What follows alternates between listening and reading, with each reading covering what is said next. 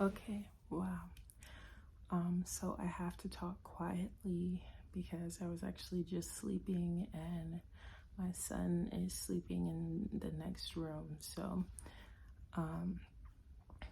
turn the volume up so that you can hear what I'm saying, because it's an important message to our people, God's people. And that message is yay. And the last 4 years with Trump, the big sick, I don't know if we're allowed to refer to it as what it actually was, but the big sick, the big virus that caused much more destruction than any of us anticipated.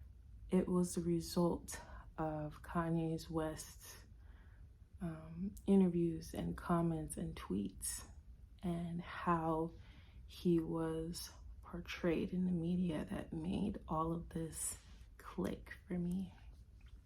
And what clicked was the media, who is controlled by, we all know who, and if you don't know who, you can probably easily Google who owns these corporations, and who has heavy influence on these corporations. And you can very quickly find out that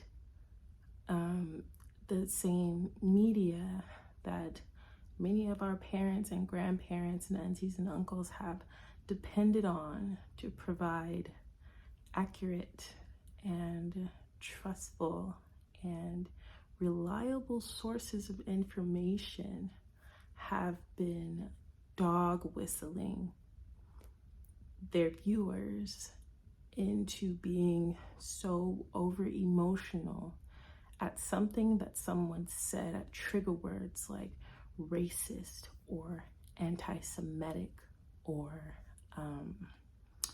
medical misinformation. And they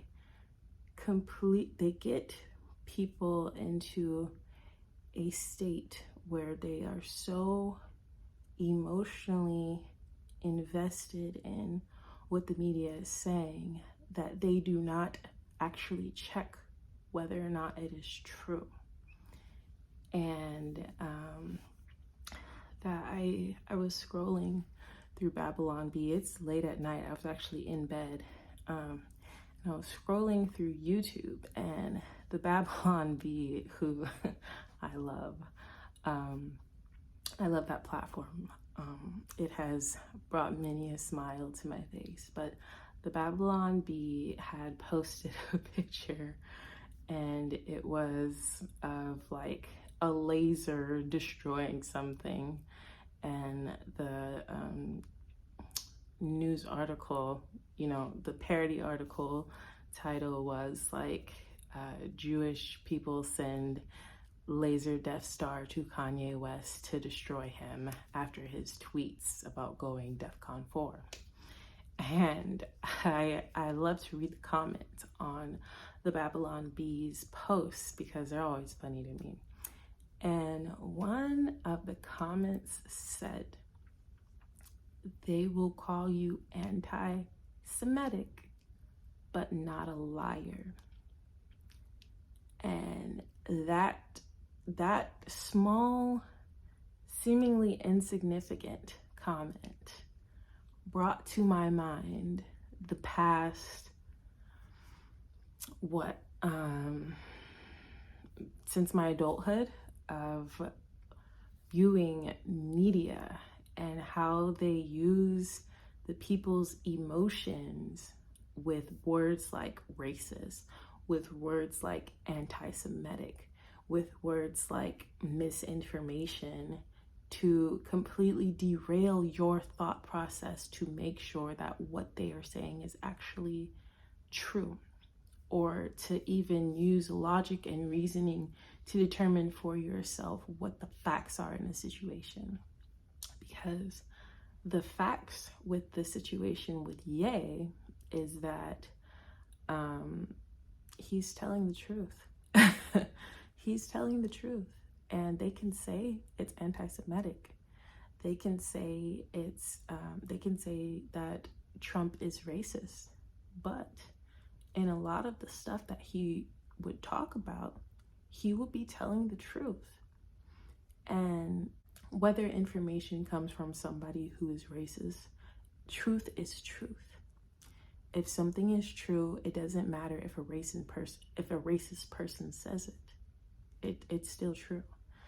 If a redneck comes and says those niggers in Chicago are gunning each other down, is he racist? Sure. Did he use a racist word? Yes. Was what he said true? Yes. It's simple, and I have had a huge distrust of the media anyway. I get most of my news from either Weon or Lovely Tea. And then I check as far as like listening to news sources, and then I check different articles, but never your mainstream media, because they have an agenda, and they've had an agenda, and their agenda is to control you emotionally and to keep your eyes on what they are saying and to keep you invested in what they are saying, because your views and your page visits and your attention to what it is that they are saying is what brings them money, is what brings in ad revenue. Everybody has learned this with YouTube, that attention is currency in this day, and has been. And now regular people have access to that currency. And so the media, they don't want to share. They don't want podcasts like the one that had to, what is it called? Drink Champs had to private video that they did, the interview that they did with Kanye, that went completely viral because he was speaking facts. He was telling the truth. And that is why it got so much attention. It wasn't just because Kanye I keep calling him Kanye, but I know that he prefers to be referred to as Ye, because I'm sure some company, some business owns his legal name and likeness. So Ye is naturally a magnet for attention. Ye is a natural attention magnet. Trump is a natural attention magnet and has been. We the Black community, and really everyone, has known of Donald Trump for so long. He was in the media. He was in the media and being praised for so long before he decided he wanted to do something about what was happening in his country. Then, racist. This man is racist. And these are the racist things that he says. So don't support him because he's racist. And if you support him, then you're racist too. If you support Ye, then you're anti-Semitic too. Doesn't matter whether what he said was true or not. Doesn't matter if what they say is true or not. Stop listening to these media outlets. Unplug yourself. Only deal in facts, not in dog whistles and trigger words like racism, the N-word, all those things. So that's really all that I had to say. That it finally clicked for me that the point of what Ye is doing is so much bigger than money, is so much bigger than contracts and brands. It's about freedom of information and freedom of people and truth. It's about truth. and your access to truth. And I think he did a job well done. I salute you. Yay. I salute you, Donald. Do I agree with everything you say? Do I support everything that you say? No, it would be unreasonable to. I don't even know you. But you exposed, and for that, I respect that. I heavily respect that. I respect the exposure of lies and the exposure of people and industries who are supposed to be responsible to report the truth, because one of the only industries that is included in our Constitution to have a right is the right of the press. Isn't that interesting? The right of the press. And who owns the press? Who owns the press? Who influences the press? Think about that. Not about who they want to influence you. Who influences them? Who influences the stories that they put out? Who influences the taglines and the verbiage that they use? Who influences that? It's you probably won't be surprised to find that it's the same group of people. And whether it is anti-Semitic to say that or not, it is true. It's true. And I think that's more important for all of us to know right now than anything.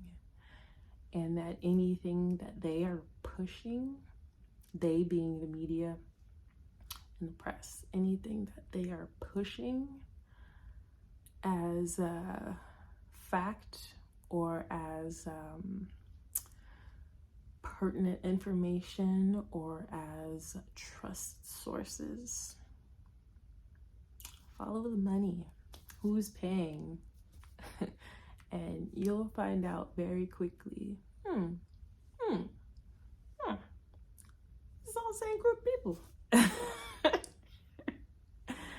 Well done, yay. In fact, really, this was a checkmate. This was a checkmate. And I think that's why he was so really, even though, again, he lost contracts, he lost money, but he told the truth and shamed the devil. And now the devil is mad. He's mad. But you can take away a person's money. You can take away, you can try to smear that person's reputation. You can try to take their children away. You can try to make them seem like they are crazy. But when people put two and two together and start building those blocks and find out you were the one behind the mask, everything will come crumbling down. So that's all I had to say to y'all. Have a good night. Be blessed. Be encouraged. And get better news sources. Get honest news sources. And you will find the truth out very quickly. May the Lord be with y'all.